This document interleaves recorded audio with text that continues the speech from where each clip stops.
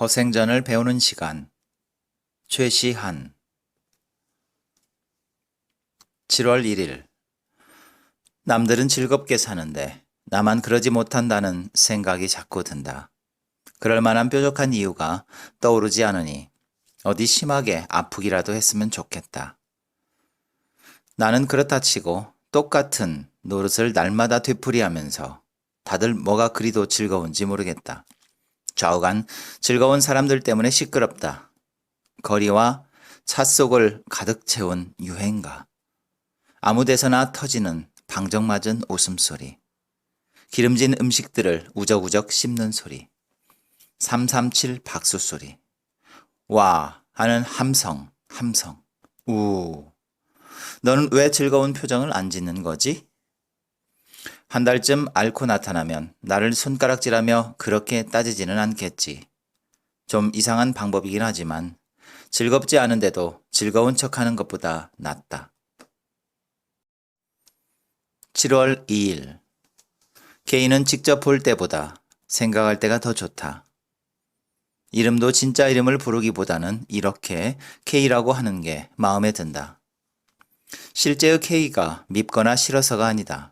싫다면 왜 K라고 부르겠는가?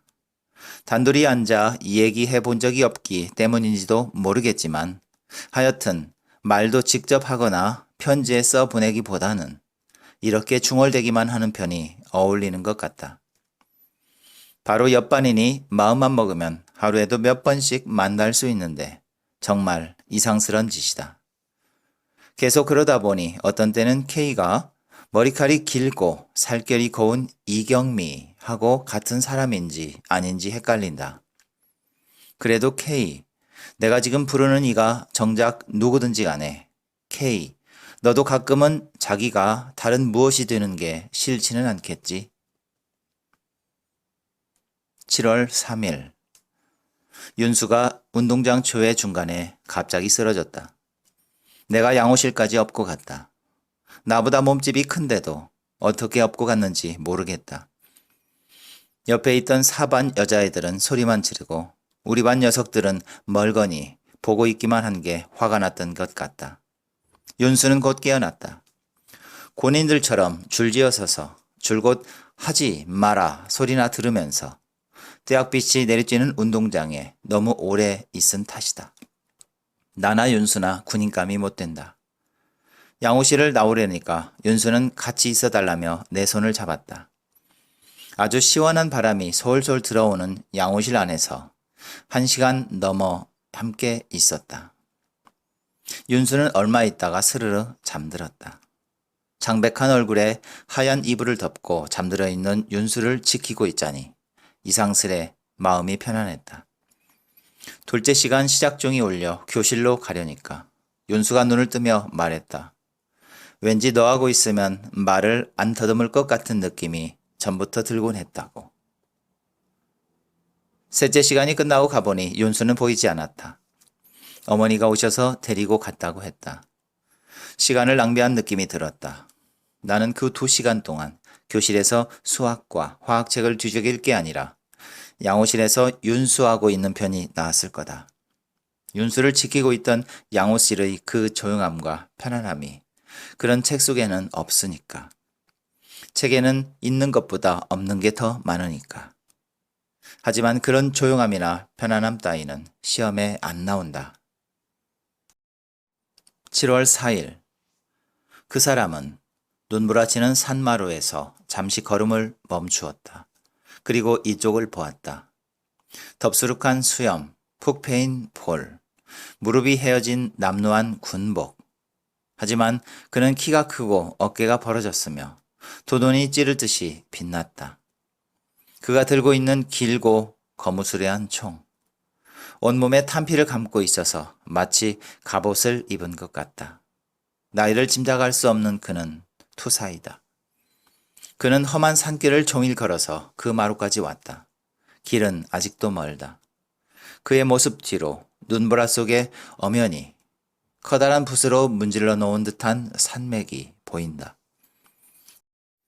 그가 잠시 멈춘 것은 아직도 계곡의 눈구덩이 속을 못 빠져나온 짐을 잔뜩 지고 거친 숨 내뿜는 말들, 어른처럼 묵묵한 소년병들, 피에 젖은 붕대가 딱딱하게 얼어붙은 부상병들, 그들의 끝없이 긴 행렬을 돌아보기 위해서다. 동료들은 또 하나의 마루를 잘 넘어설 것이다. 그가 몸을 돌려 산 너머로 눈보라 속으로 사라진다. 비장한 음악이 점점 커진다. 끝을 알리는 글자들이 그가 떠난 공간에 탄환처럼 박힌다. 그 장면이 자꾸만 떠오른다. 아예 머릿속에 찍혀버린 성씨다. 묘하게도 다른 장면들은 생각나는 게 별로 없고 그 장면을 처음 보았을 때의 떨림도 희미해가지만 어깨에 달린 수류탄이 몸짓에 따라 조금 움직이던 것까지 생생히 기억할 수 있다. 모든 게 어떤 심오한 상징 같다. 예수 머리에 얹힌 가시관이나 부처의 이상스런 손가락처럼 그 장면을 이루었던 하나하나가 다른 무엇을 말하고 있는 듯하다. 눈보라는 그의 척들 같다. 헤어진 군복은 그의 상처받은 마음이다. 그렇다면 총과 탄환과 그의 빛나는 눈은 적개심이요 투쟁 정신을 뜻한다. 그런데 그 눈빛이 왜 그리도 아름다웠을까? 헤어진 군복은 어째 그렇게 당당해 보였으며 그리고 빛나는 눈, 그 눈은 한없이 슬퍼 보이기도 하지 않았던가? 아름다운 적, 상처받은 마음의 당당함, 슬픈 투쟁정신, 말이 안 된다. 말도 안 된다. 7월 5일 남들이나 나나 모두가 억지로 살아간다는 생각에서 헤어나지 못한 하루였다. 남들은 그렇지 않은 것처럼 보이곤 했는데 오늘은 무슨 변덕인지 모르겠다. 전부가 시들하고 지겨웠다. 선생님은 월급 때문에 수업을 하고 학생들은 효자가 되기 위해서거나 불량 학생이 되지 않기 위해 자율학습을 하는 것 같았다. 자율학습이라니 얼마나 웃기는 말이냐. 수업이 다 끝났는데도 학생들이 몇 시간씩이나 자율적으로 책상에 고개를 쳐박고 있다? 단 한 명의 예외도 없이 자율대학의 졸업장을 따야만 자율적인 사람이 된다? 다들 말장난에 놀아나는 꼴이다. 이건 무엇을 세뇌하는 수용소지? 학교가 아니다. 버스 안에서 이런 공상을 하였다. 운전대를 잡고 있는 기사가 노상 같은 길로만 다니는 자기 자신을 도저히 견딜 수 없어 몸부림치다가 차를 한강 속으로 밀어넣는다. 모두 죽는다. 저승문 앞에서 기사를 만난 승객들은 반갑게 그의 손을 잡으며 이렇게 말한다. 고맙습니다. 용기가 없어 개에 끌려가듯 억지로 살았는데 당신 덕에 벗어났습니다. 그 공상을 할 때는 나도 승객들 가운데 하나였다. 하지만 지금 다시 생각해보면 무언가 서운하다. 중요한 무엇, 내가 아니면 못하는 어떤 일이 기다리고 있고 그래서 나는 살아났어야 될성 싶다. 다음 국어 시간에 배울 허생전을 읽었다. 숙제라서 억지로 읽었는데 점점 재미가 나 2번이나 읽었다. 허생이 마음에 든다. 그는 대단한 실력을 가졌다. 등장인물들 가운데서 우뚝할 뿐더러 나라까지 좌우할 만한 비범한 사람이다. 그런데 그는 왜 자기가 꾸민 천당 같은 섬에서 글 아는 자들을 모두 데리고 나올까? 그는 화근을 없애기 위해서라고 말했다.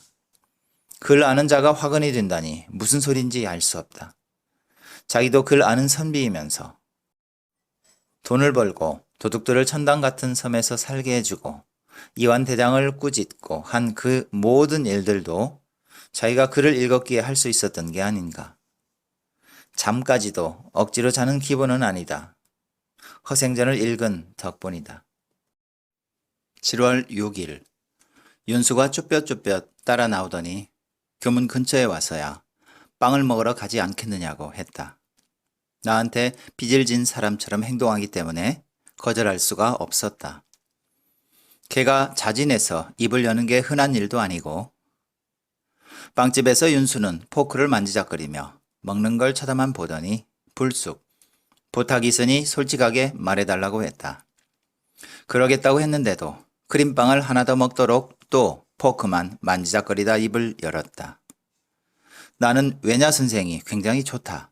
하지만 외냐 선생 시간은 공포의 연속이다. 국어 선생님이 좋다면서 그분 시간이 왜 공포의 연속이냐고 나는 물으려다가 말았다. 국어 선생님이 왜냐 하시면서 이 사람 저 사람 지적을 할 때면 아닌 게 아니라 겁이 나기도 했다. 윤수 같은 애야말로 무서워할 만했다. 신이 나거나 대답이 모두 시원찮아 화가 나시면 두 눈을 부릅뜨고 땀까지 흘리면서 질문을 연방 퍼부으니까 왜냐? 이 말이 왜 나왔느냐? 조금 전에 너는 왜 그런 말을 한 거냐? 윤수는 내 낯이 간지러운 얘기들을 웃지도 않으면서 늘어놓았다. 너는 책도 많이 읽고 교재에다 소설도 쓰고 국어 선생님한테 귀여움도 받는 그런 애니까 허생전 숙제를 봐달라. 솔직하게 평을 좀 해달라. 내가 귀여움을 받는다고? 그렇게 보였을지도 모른다. 외냐 선생은 내가 들어있는 문예반 담당이시니까. 선생님은 언젠가 내 글을 보고 말씀하셨다. 글은 손으로 쓴다기보다 마음으로, 결국은 온몸으로 쓰는 거다. 속뜻은 잘 모르겠지만 그 말씀이 잊히지 않는 걸 보면 또 글을 잘 쓰고 푸면 무엇든지 자꾸 말로 그려내라고 글감이란 게 어디 고상한 데에 따로 있는 게 아니라고 하신 말씀이 머리에 새겨져 있는 걸 보면 내 얼굴에도 국어 선생님을 좋아한다고 쓰여 있을 거다. 선생님은 허생전에 줄거리를 잡아오라는 숙제를 내셨다.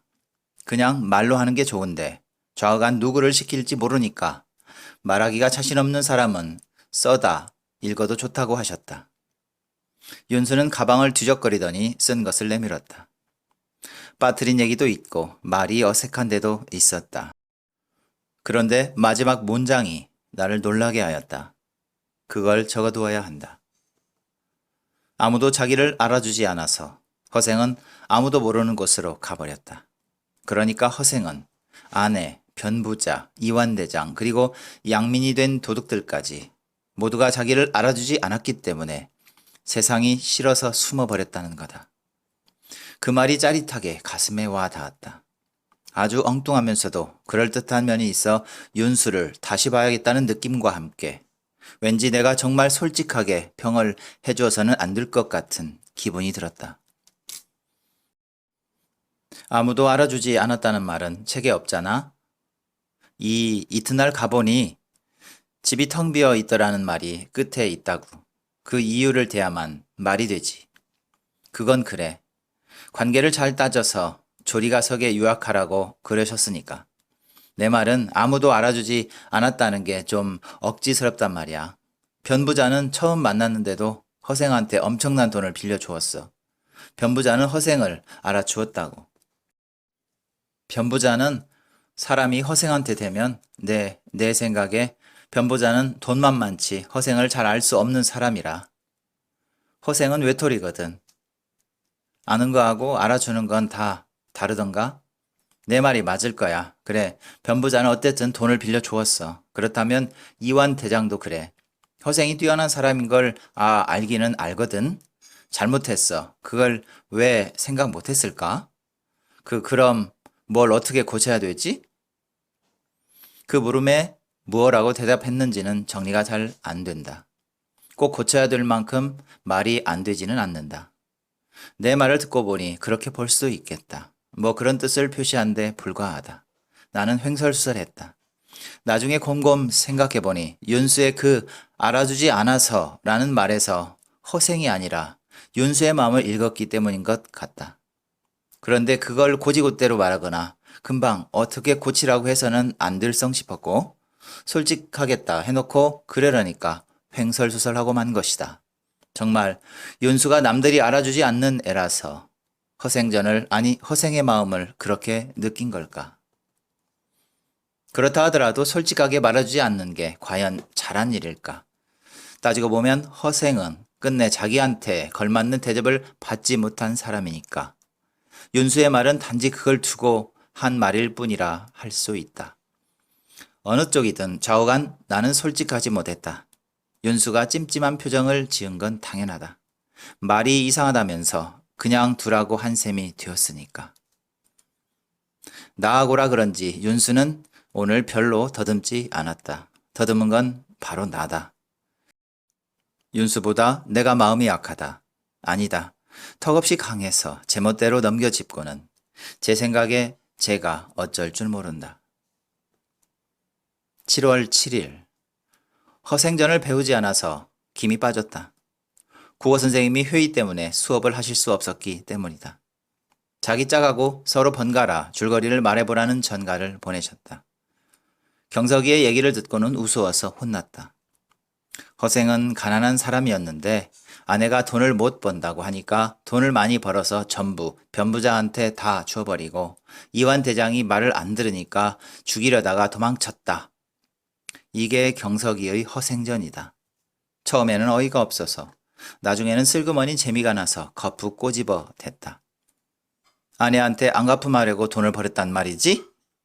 번 돈을 모두 다 변부자한테 주었다고 어디에 쓰여 있니? 번 돈 얘기하고 이완대장 혼내준 얘기는 아무 관계도 없냐? 좀 지나치고 부질없는 짓이었다.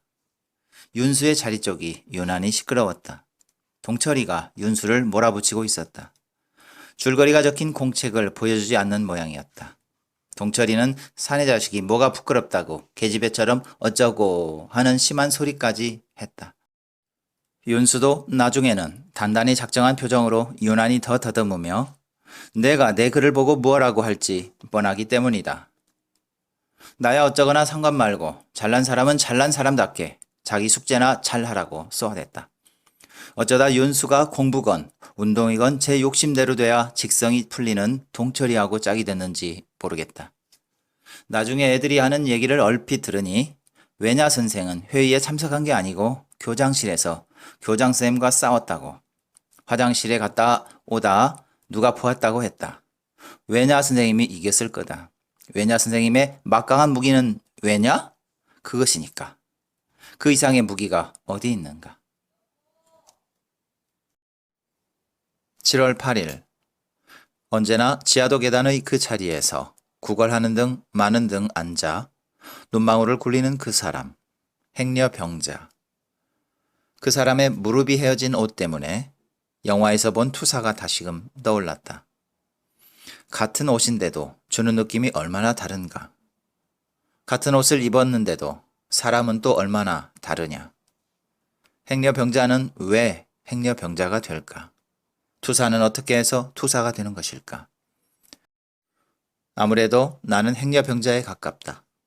열흘만 세수를 안 하고 옷도 갈아입지 않으면 누구든지 뚜릿뚜릿 마구 정면으로 쳐다보면 줄거리 없는 이 생각 저 생각을 다 팽개치고 아예 길바닥에 퍼질러 앉으면 그러면 된다. 크로마뇽인이나 네안데르 탈린처럼 벌거벗은 채 지하도 동굴과 건물들의 골짜기를 헤매다가 쓰레기통을 뒤져 흙이진 배를 채우면 된다. K가 보고 싶다. 다 얘기하고 싶다. 안 된다. 동정 따위는 생각만 해도 끔찍하다. 허생이 부럽다. 허생은 가난하고 이름 없지만 자기가 무슨 일을 해야 할지 훤히 꿰뚫고 돈 많은 사람과 지위 높은 사람을 거뜬히 이기고 뜻한 일을 모두 이룬다. 모두 이룬다?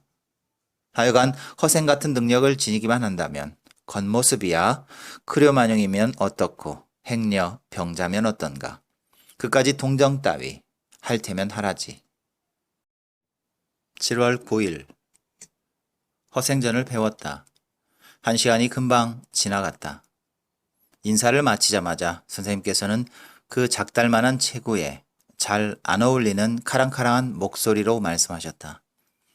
왜 줄거리 잡기 숙제를 냈느냐? 아이들이 불안한 눈빛으로 킥킥 웃었다. 그건 소설의 줄기, 그러니까 핵심된 사건이 어떻게 시작되고 끝난 날을 붙드는 힘을 기르기 위해서입니다. 자, 그럼 누가 먼저 얘기할까? 선생님은 교단에서 내려 서셨다. 그 가뿐한 몸놀림에서 나는 선생님의 젊음을 느꼈다. 아이들마다 제각기 다른 허생전을 얘기했다. 허생이 도둑들을 데리고 간 섬이 일본이라는 식의 엉뚱한 말도 나왔지만 거의가 그럴듯하게 들렸다. 같은 글이 그렇게 달리 읽힌다는 게 신기했다. 서너 사람의 발표를 들었을 무렵부터 걱정이 되기 시작했다. 내가 할 수 있는 얘기를 다른 애들이 벌써 다 해버린 성 싶었다. 나만이 할 수 있는 얘기는커녕 남들이 한 정도의 얘기도 못할 것 같았고 머리가 점점 털실 뭉치가 돼가는 기분인데다 선생님을 실망시키면 어쩌나 싶어 초조했다. 그런데도 선생님은 불만스런 표정으로 우리를 둘러보셨다. 그리고 질문의 방향을 바꾸셨다. 김동철, 허생은 왜 과일과 말총을 죄다 사모았을까요? 동철이가 일어서며 말했다. 네, 돈을 벌기 위해서입니다. 내 시간에는 앉아서 대답해도 좋다고 했죠? 그래, 앉아요. 돈을 벌기 위해서라. 그럼 돈은 왜 돈을 벌어야 변부자한테 진 빚도 갚을 수 있고 가난해서 도둑이 된 사람들도 도울 수 있기 때문입니다. 무슨 일을 하건 돈이 있어야 된다는 걸 허생은 잘 아는 사람이었습니다. 그렇다면 100만 냥 가운데 50만 냥을 바다에다 버린 게 이상하지 않습니까? 돈이 많을수록 할 수 있는 일도 많아질 텐데. 허생이 그랬다는 건 챙겨 읽었죠? 네, 읽었습니다. 허생은 나라가 작아 그 많은 돈을 받아들일 수 없으므로 버린다고 했습니다. 그러니까 허생은 애초에 꾼 돈이 10,000냥뿐이고 50만 냥만 가지고 가도 일을 하기에 충분했기 때문에 버린 것입니다. 그렇게도 볼 수 있겠군요. 그런데 왜 허생은 자기와 아내를 위해서는 돈을 남겨두거나 쓰지 않았을까요? 돈의 힘을 그렇게 잘 아는 사람이? 동철이는 얼른 대답하지 못했다. 선생님은 기다리셨다. 잠시 후에 동철이가 드문드문 말을 이었다. 그 당시에는 선비는 돈을 무시해야 대접을 받으니까, 그래도 변부자가 먹을 것은 대주니까. 선생님은 또 기다리셨다. 동철이의 말이 더 이상 이어지지 않자 입을 여셨다. 동철이는 나름대로 열심히 읽었어요. 하지만 허생의 행동들을 충분히 그리고 조리 있게 설명하는 데까지는 이르지 못했습니다. 왜 그렇게 됐는지 누가 그 까닭을 말해봐요. 다들 입을 다물고 있었다. 동철이도 못한 말을 어떻게 할 수 있을지 자신이 안 서기 때문인지도 몰랐다. 얼마 뒤에 맨 앞줄의 용준이가 입을 열었다.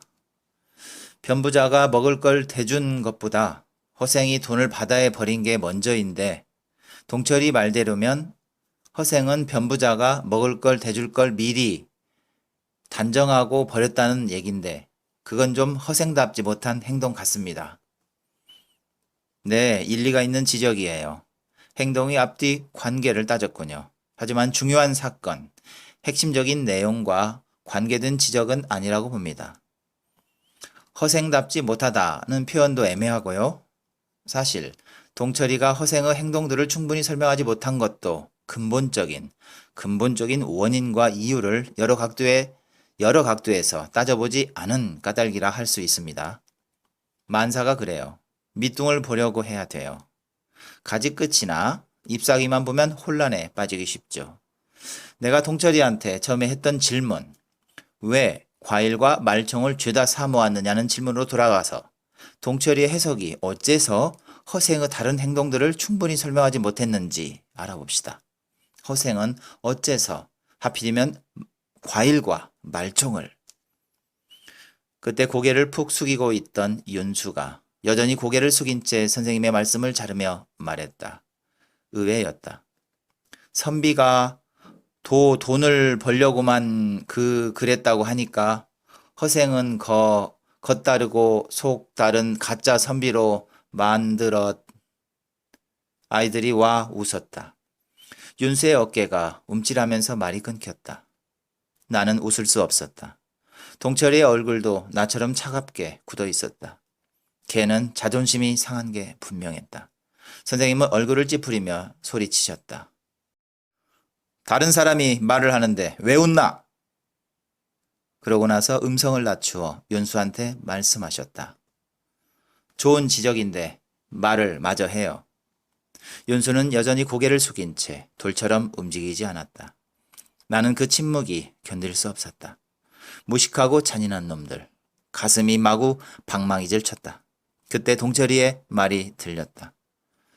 다시 생각해보니 허생은 자기가 잘 먹고 살기 위해서가 아니라 다른 이들을 도우려고 돈을 벌었습니다. 그래서 자기 몫은 남겨두지 않은 겁니다. 잘나 빠진 놈. 놈이 채뜨리지만 않았으면 윤수가 말을 마무리 지을 수 있었을지도 몰랐다. 그럼 정리해봐요. 왜를 넣어서 과일과 말총 사모으는 부분을 동철이가 요약해 봐요. 허생은 돈을 벌어서 가난한 이들을 도와주려고 과일과 말총을 사모았다. 그게 아니고 내 목소리가 너무 큰 것 같았다. 제 생각은 윤수하고 비슷합니다. 동철이는 자꾸 돈 그러는데 허생을 잘못 본 겁니다. 책에 허생 자기는 재물 때문에 정신을 괴롭히지 않는다고 하였습니다. 선생님은 나를 똑바로 쳐다보셨다. 갑자기 몸이 주체할 수 없도록 커지는 기분이었다. 선생님은 똑똑 끊어서 말씀하셨다. 새로운 의견이 나왔군요. 그렇게 읽는다면 과일과 말총을 사고 파는 사건은 어떻게 요약되죠? 나름대로 다시 해보세요. 과일과 말총은 주로 양반들과 관계 있는 물건입니다. 그러니까 허생은 과일과 말총을 사모아서 양반들을 혼내주었다. 그렇게 될 것 같습니다. 옆에서 경석이가 옆구리를 찔렀다. 야, 허생한테 혼난 양반은 이완대장이라고. 과일 때문에 혼난 양반은 없어. 나는 상관하지 않고 윤수 쪽을 보았다. 도와주지 못한 것 같았다. 아니, 선생님께서 내 대답을 흡족하게 받아들이는 눈치였으므로 오히려 윤수가 받을 칭찬을 가로챘는지도 몰랐다. 게다가 선생님의 다음 말씀은 내가 윤수 대신 복수를 하지도 못했다는 생각이 들게 하였다.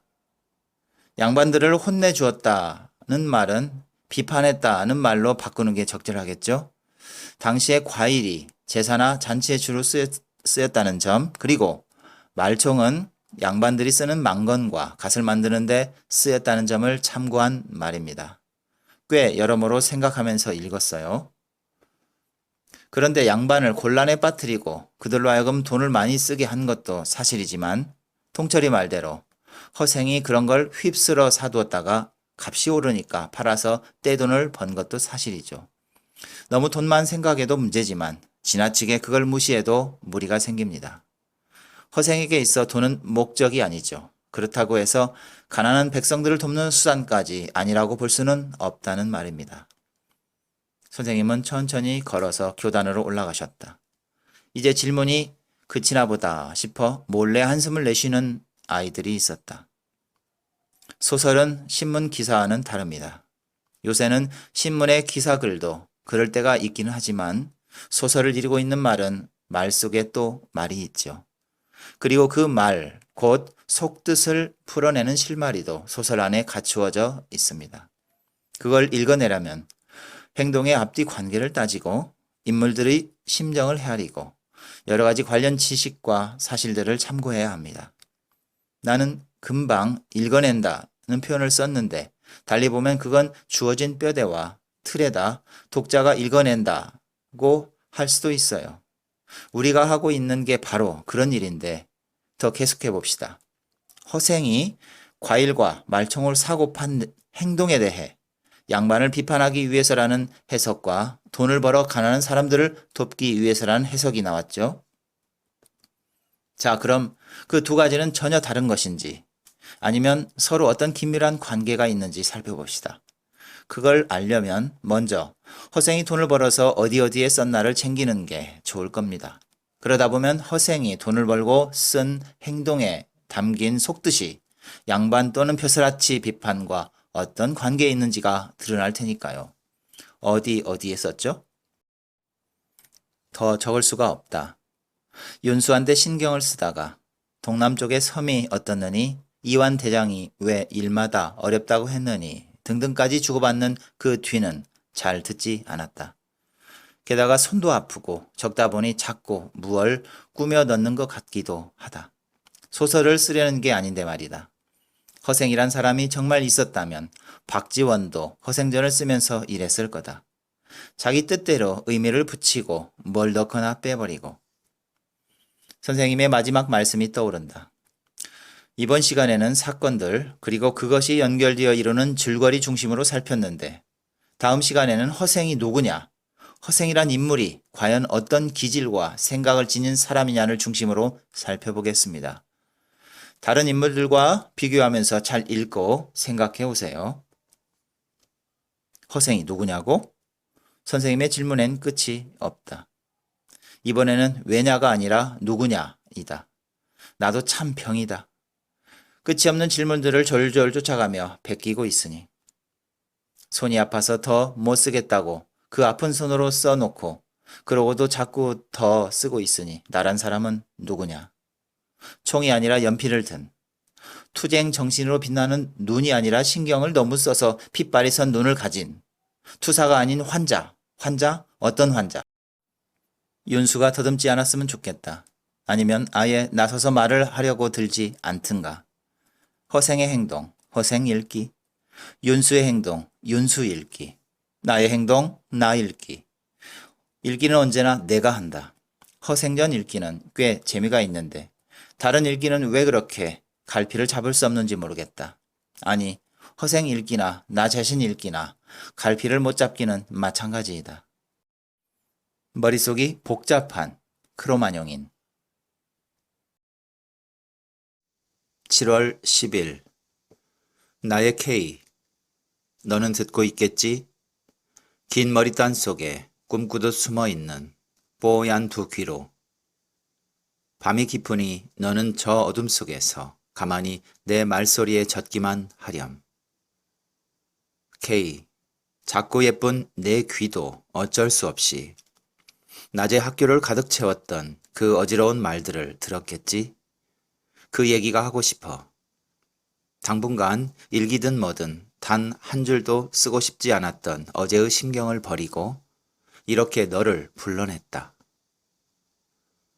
국어 선생님께서 오늘 또 시간에 들어오시지 않은 건 바로 그 노동조합 때문이었다. 교직원들이 모여서 만들었다는 그 단체 때문에 요새 날마다 신문과 방송에서 떠들어대는 걸 너도 알고 있겠지? 너희 반 국어도 외냐 선생님 담당이니까. 아니, 그렇잖아도 그 문제 때문에 학교가 발칵 뒤집혔으니까. 선생님께서 거기 가입하신 것도 알고 있을 거다. K, 너하고 이런 얘기를 나누고 싶지 않다. 이런 번잡스런 얘기는 너한테 어울리지 않는다. 하지만 어쩌겠니? 지금 나는 누군가에게 이 답답한 심정을 쏟아놓지 않고는 배길 수 없다. 몰인정한 사람들. 동료가 집중푸화를 맡고 있는데 다른 선생님들은 천연스레 수업을 진행하였다. 학생들도 그렇다. 학기가 끝나가는데 진도가 어떻다느니. 선생님의 수업 방식이 참고서나 대학 입시하고는 너무 거리가 있다느니 하는 엉뚱한 말들을 창피한 줄도 모르고 짓거려 댔다. 그렇다고 당장 어떻게 해야 한다는 방안을 가지고 있는 건 아니지만 어쨌든 너무들 무관심했다. 나의 이 답답함이 남들의 무관심 때문만은 아니다. 국어 시간이었다. 담임쌤이 오셔서 자습을 해라. 너희들은 공부만 열심히 하면 되니까 쓸데없는 관심 갖지 말고 공부나 하라는 지시를 하고 가셨다. 공부만 하면 되니까 공부나 하라. 나는 그 말을 되씹으며 자꾸 슬퍼지는 마음을 억누르느라 허생전만 건성으로 읽고 있었다. 그런데 어느 사이엔가 교실 전체가 논쟁 마당이 되어 있었다. 논쟁의 한쪽 대장은 동철이었다. 나중에 동철이는 회장이라도 되는 양 아주 일어서서 이렇게 말했다. 교사는 노동자가 아니다. 그러니 노동조합에 가입하는 건 잘못이다. 법이 그렇고 스승에 관한 우리나라 전통이 그렇다. 신문과 텔레비전에서 떠들던 말이어서 새로울 게 없는데도 동철이는 제 말처럼 당당하게 내뱉었다. 여러 다른 아이들 역시 처음 듣고 감동하는 듯이 고개를 끄덕이는 게 우스웠다. 앞자리의 용준이가 나섰다. 우리가 법을 알면 얼마나 하냐. 그리고 노동에는 정신노동과 육체노동이 있다고 배웠는데 선생님은 정신노동자가 아니냐.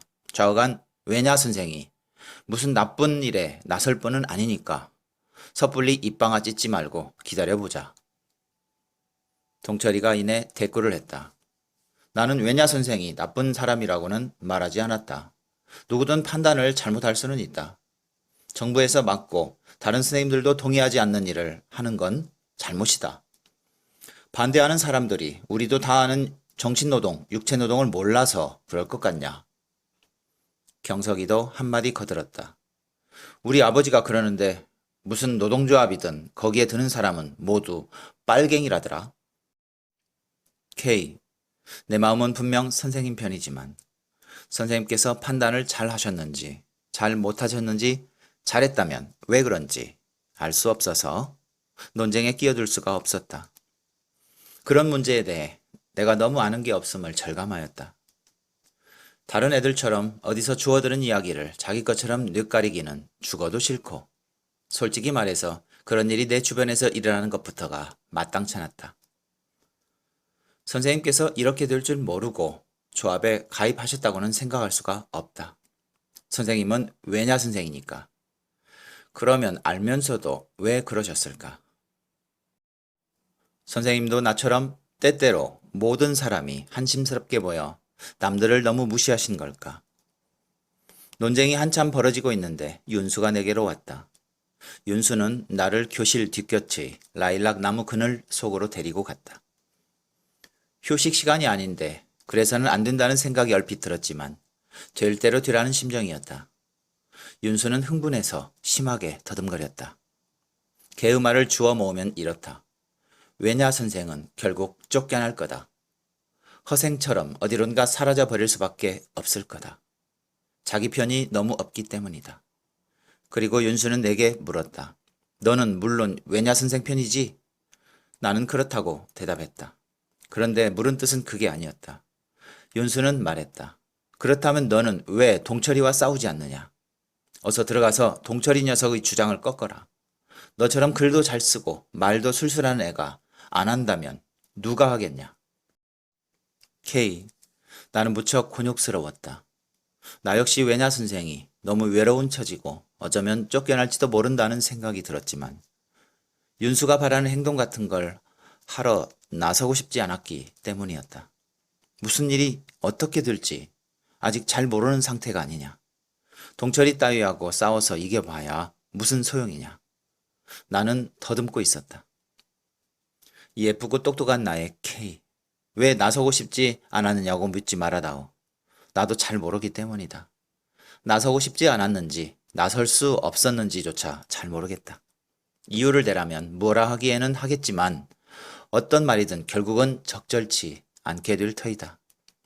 이상스럽다는 듯이 윤수는 잘 모른다니 노동자니 빨갱이니 하는 말을 모른다는 거냐고 물었다. 나는 고개를 저었다. 뭘 모른다는 거야? 왜냐 선생이 옳다는 걸 알고 있잖아. 동철이가 집단의 질서를 들먹거리며 여전히 떠들고 있는 교실에 들어서면서 나는 왠지 자신이 그 어느 때보다도 비참하게 여겨졌다. K. 윤수가 말했듯이 선생님이 학교에서 쫓겨나 정말 허생처럼 어디론가 가버리게 된다면 우리가 사는 이 세상은 허생이 살던 그때와 다름없어지는 셈이다. 아니, 허생은 자진해서 갔지만 선생님은 쫓겨서 가는 거니까 그때보다 더 어두운 세상이다. 알겠다. 허생이 왜 그 천당 같은 섬에서 글 아는 자들을 모두 데리고 나왔는지. 지금 왜냐 선생을 화근으로 취급하여 몰아붙이는 이들도 알고 보면 모두 글 아는 자들이 아니냐. 7월 11일 허생전 둘째 시간, 흥분과 긴장의 연속이었다. 나는 지금 모든 걸 떠올릴 수가 있다. 앞으로도 결코 잊지 못할 것이다. 선생님은 전처럼 인사를 마치자마자 교단을 내려서시며 아무렇지도 않게 말씀하셨다. 허생이 어떤 사람이냐에 대해 살펴볼 차례지요? 아이들은 모두 선생님의 얼굴만 쳐다보았다. 다시 나타나신 게 무슨 큰 짐이라도 벗은 양 홀가분하고 기뻐서 나도 책 펴는 걸 잊고 있었다. 모두들 정신이 딴 데 가 있는 건 왜냐? 왜냐 선생님 말씀에 몇 아이가 키득키득 웃었다. 선생님도 어색하게 웃으시며 전보다 더 카랑카랑해진 성싶은 음성으로 스스로 답하셨다. 내가 그 까닭을 모를 리가 있느냐. 나는 가르치는 사람이고 전보다 더 잘 가르칠 수 있기 위해서 하는 일이니까. 이상하게 여기거나 너무 걱정하지 말아라. 앞으로는 무슨 일이 있어도 꼭 수업에 들어올 것이다. 그리고 조금 망설이시다 덧붙였다. 우리는 각자 자기 마음대로 걷고 있는 것처럼 여기지만 실은 닦여진 길로 가고 있다. 우리는 때로 그 길이 어디로 향한 것인지 살펴보고 필요하다면 새 길을 닦아야 한다. 선생님은 책을 펼쳤다. 우리도 따라 펼쳤다. 교실은 갑자기 활기로 가득 찼다. 자, 먼저 허생전에 나와 있는 사실들을 근거 삼으면서 허생이 어떤 사람인가를 나름대로 얘기해봐요.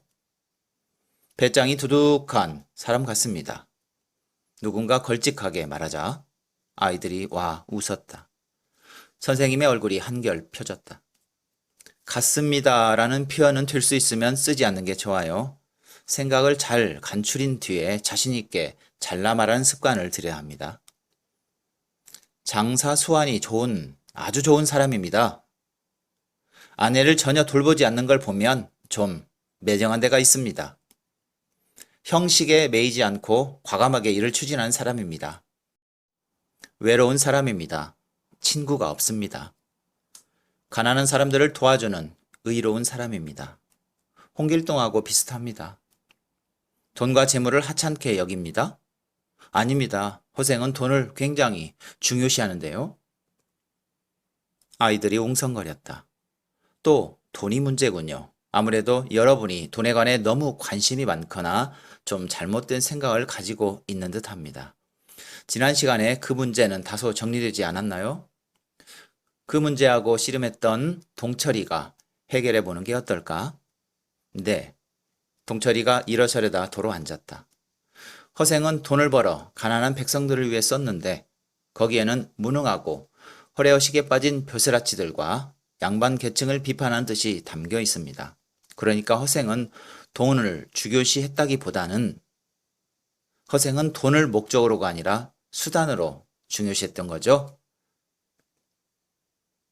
선생님은 고쳐서 마저 말씀하셨다. 그리고 이어서 그런데 그 문제는 각도를 달리해보면 또 얻는 게 있습니다. 허생의 생각이나 마음도 마음이지만 허생이 그런 방법으로 돈을 벌 수 있었다는 사실 자체를 두고 볼 때 당시 사회의 경제 규모가 얼마나 작았고 통치자들이 백성들 살아가는 형편에 얼마나 무관심했나를 짐작할 수가 있지요. 그러고 보면 아까 누가 얘기한 것처럼 허생의 생각이나 소화는 그 당시로서는 아주 놀랍다고 할 수 있을 겁니다. 그런데 선생님, 경석이가 손을 번쩍 들며 말했다. 이 작품은 좀 잘못된 데가 있는 것 같습니다. 허생은 선비인데 선비가 그렇게 장사를 해도 됩니까? 아이들이 야 하고 탄성을 질렀다. 뭐 별것 아니라는 듯이 경석이가 턱을 쳐들며 눈을 개슴츠레하게 떠보였다. 아주 좋은 질문입니다. 선생님은 경석이한테 미소를 보내셨다. 하지만 작품에 잘못된 데가 있다고 하기 전에 먼저 작품을 있는 그대로 놓고 이해해 보려고 해야 됩니다. 우리가 다른 사람을 대할 때처럼 말이죠. 그럼 먼저 같이 확인해 봅시다. 허생은 선비입니까? 아닙니까? 선비입니다. 다들 합창하듯이 말했다. 자기가 선비라는 걸 강하게 내세웁니까? 그렇지 않습니까? 그 물음에는 모두 잠잠했다. 그러자 선생님께서는 책을 잘 살펴보라고 시간을 주셨다. 나는 처음부터 확신했다.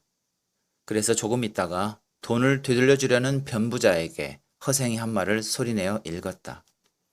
제물로 해서 얼굴에 기름이 도는 것은 당신들 일이요.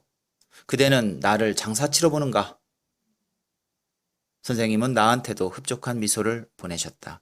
나는 선생님과 눈을 맞추고 질문을 기다렸다. 잘 지적했습니다. 그런 말 하는 걸 보면 허생은 자기가 선비 또는 사대부라는 걸 강하게 의식하면서 내세우고 있음을 알 수 있죠. 아까 허생이 홍길동 비슷하다는 말이 있었는데 그럼 홍길동과 허생의 차이점은 무엇일까요? 홍길동은 도서를 쓰는데 허생은 머리를 씁니다. 말하자면 허생은 지식인입니다. 잘 찾았군요. 그럼 내친 김에 질문을 하나 더 하겠습니다. 홍길동도 가난한 이들을 돕고 허생도 그러하는데 그 돕는 행동에는 어떤 차이점이 있지 않습니까? 나는 막막했다. 그것까지는 생각해 보지 않았다. 나는 긴장되어 손을 떨면서 그냥 떠오르는 대로 대답하는 수밖에 없었다. 홍길동은 일종의 투사입니다. 홍길동은 자기 부하들이나 자기가 돕는 이들과 하나가 되어 싸우고 끝에 가서 승리합니다. 그러나 허생은 돕기만 할 뿐 어디까지나 선비이고 그래서 결국 지고 맙니다.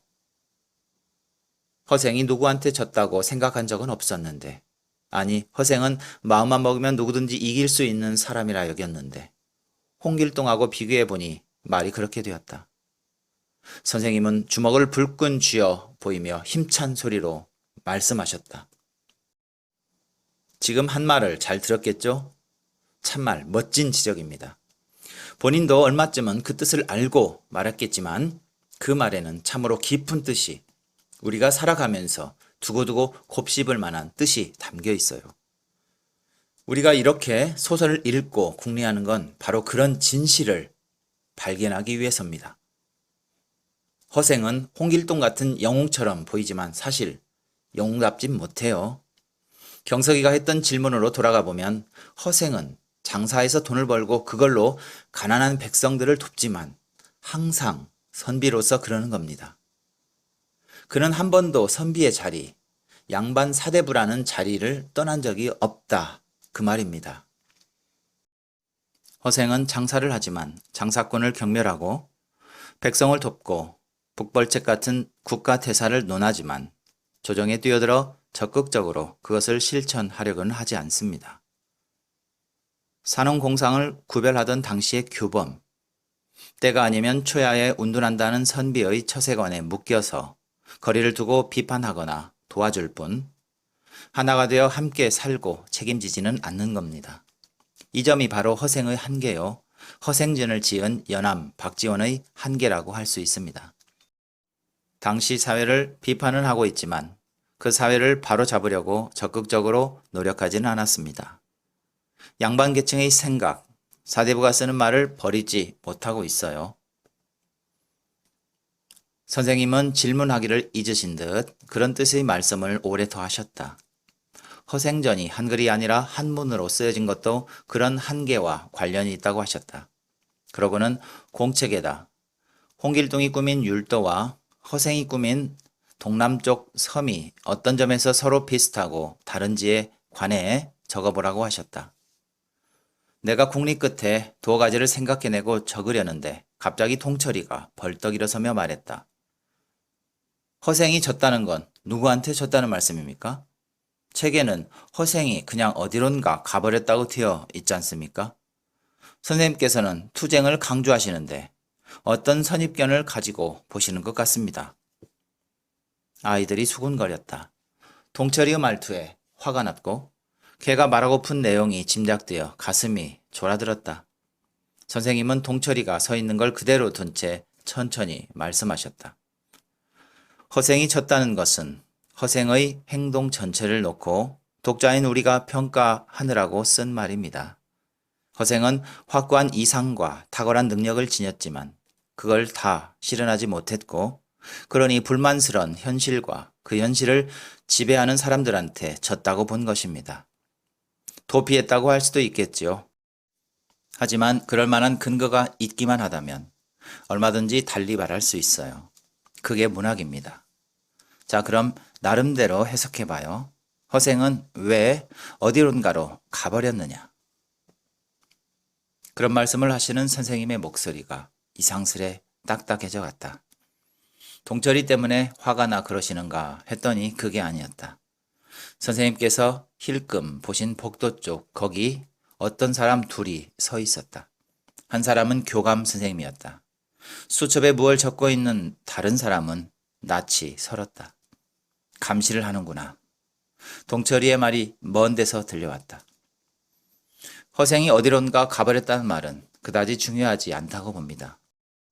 옛날 이야기 중에도 그렇게 끝나는 게 많으니까요. 중요한 것은 허생이 국가를 안정시키는 큰 일을 실제로 많이 했다는 사실입니다. 선생님께서는 무얼 더 바라시는 것 같은데 제가 생각하기에는 그거면 충분합니다.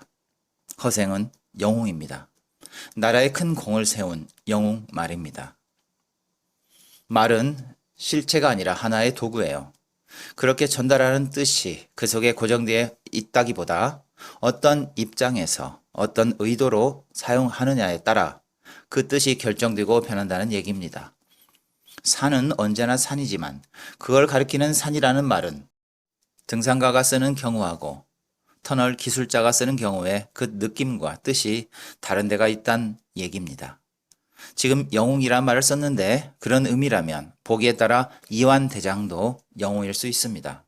아까 내가 허생이 영웅이 아니라고 했을 때의 영웅은 그때 교실 문이 요란하게 열렸다. 복도에 있던 두 사람이 안으로 들어왔다. 그들이 성큼 교단 위로 올라섰다. 나는 숨도 못 쉴 지경이었다. 선생님은 잠시 묵묵히 서 계시더니 학생들 사이에서 나와 교단으로 올라가셨다. 이제 교단 위에는 세 사람이 서 있었다. 교단이 산처럼 까마득히 높아 보였다. 그 위에서 세 사람 모두가 나만 뚫어져라 내려다보는 것 같았다. 선생님의 떨리는 음성이 들려왔다. 오늘은 여기서 중단해야 되겠습니다. 다음 시간이 언제죠? 다음 주 월요일입니다. 박연수, 고마워요. 오늘이 금요일이니까 사흘 뒤군요. 그날은 허생전에 그려졌거나 그려지지는 않았어도 그 작품이 나왔던 당시의 사회 상황에 대해 살피겠습니다. 특히 실학사상과 북벌론이 어떤 것이고 그들이 이 작품에 어떻게 반영되어 있는지를 공부해 오세요. 세 사람이 나갔다. 그들의 발소리가 복도에서 멀어져 갔다. 교실은 쥐죽은 듯이 조용했다. 느닷없이 윤수가 동철이의 멱살을 쥐어 무어라고 외쳤다. 너무나 더듬어서 짐승의 울음소리 같았다. 7월 12일 이런 꿈을 꾸었다. 눈부라치는 산마루에 그 투사와 허생과 외냐 선생님이 서 있었다. 뒤따르던 말과 병사들이 나타나자 투사는 그들과 함께 마루를 넘어갔다. 그 뒤에 허리를 고추 세운 허생이 골짜기 아래쪽을 향하여 이렇게 외쳤다. 아이들을 낳거들랑 오른손에 손가락을 쥐게 하고 하루라도 먼저 난 사람이 먼저 먹도록 양복해 하여라. 그러고는 혼자 훌쩍 마루 너머로 사라져버렸다. 이제 외냐 선생님만 남았다. 그런데 아무도 뒤따라오는 이가 없었다. 선생님은 계속 거기 서 있었다. 눈보라가 점점 거세졌다. 선생님의 모습이 흐려져 갔다. 비장한 음악처럼 허공에서 말소리가 울려 퍼졌다. 말은 도구이다. 실체가 아니다. 말은 실체가 아니라 도구다. 영웅, 노동자, 빨갱이. 나는 슬프다. 나는 슬프다. 자꾸 그렇게 중얼거리면 슬프지 않는데도 눈물이 나올까? 눈물이 나오면 그때는 정말로 슬퍼질까? 취한 사람처럼 하루를 보냈다. K를 뒤따르다가 잃어버렸다. 어느 교회로 들어가더니 나오지 않았다. 7월 13일 교회 앞에서 한나절을 서성인 끝에 K를 만났다. 예배 보고 나오는 사람들 사이에서 발견한 K는 그때 천사 같았다. 나는 무작정 뒤따라갔다. K는 얼마를 가더니 공원으로 들어갔다. 그리고 사람이 별로 보이지 않는 어디쯤에서 멈춰 섰다. 나도 멈췄다. K가 다가왔다. 그리고 말했다. 그냥 따라오기만 하면 어쩔 참이야. 나는 웃으려고 했는데 그저 얼굴이 찌그러지다만 느낌이었다. 우리는 근처 나무 밑에 있는 붙박이 의자에 앉았다. 향기로운 비누 냄새가 코끝을 스쳤다. 바람결에 K의 머리칼이 날렸다. 나는 머리칼에 덮인 K의 귀를 훔쳐보았다. 너는 글을 잘 쓰지? 아주 소문이 났더라. 시도 쓰니? 시는 쓰지 않는다고 말했다. 나는 연극을 좋아해. 내가 연극반인 거 알지? 시침 뗄 필요 없어. 전부터 내가 나한테 관심 있는 걸 눈치채고 있었으니까. 그런데 실은 나도 글을 잘 썼으면 좋겠어. 그래서 언젠가 너하고 얘기를 했으면 싶었다고. 어떻게 하면 글을 잘 쓸 수 있는 거니? 나는 글 얘기가 하기 싫어. 연극반에서 무얼 맡느냐고 물었다.